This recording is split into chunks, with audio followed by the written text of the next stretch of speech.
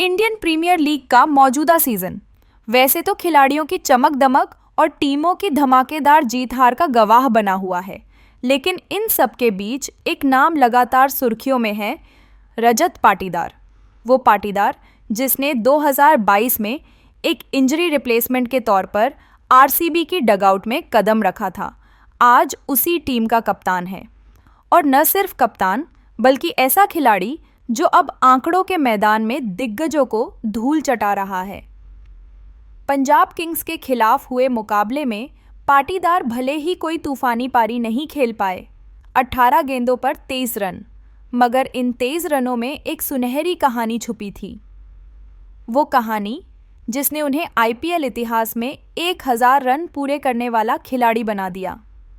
लेकिन बात सिर्फ इतने पर खत्म नहीं होती। उन्होंने ये कारनामा सिर्फ 30 पारियों में कर दिखाया, जबकि क्रिकेट के भगवान सचिन तेंदुलकर को इसमें 31 पारियां लगी थीं।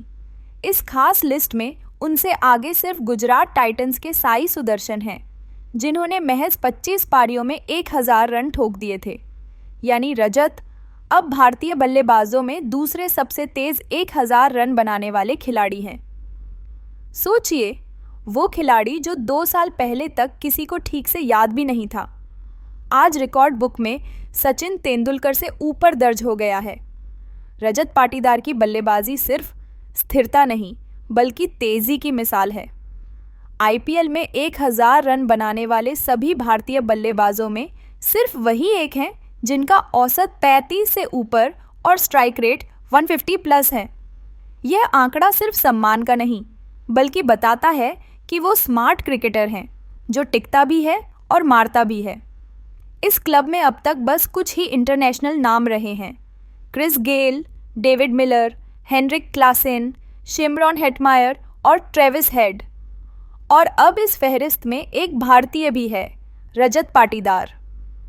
आरसीबी के लिए बना इतिहास 18 सालों में आरसीबी के लिए 8000 प्लस रन बनाने वाले भारतीय खिलाड़ियों की लिस्ट में भी पाटीदार ने एंट्री मार ली है।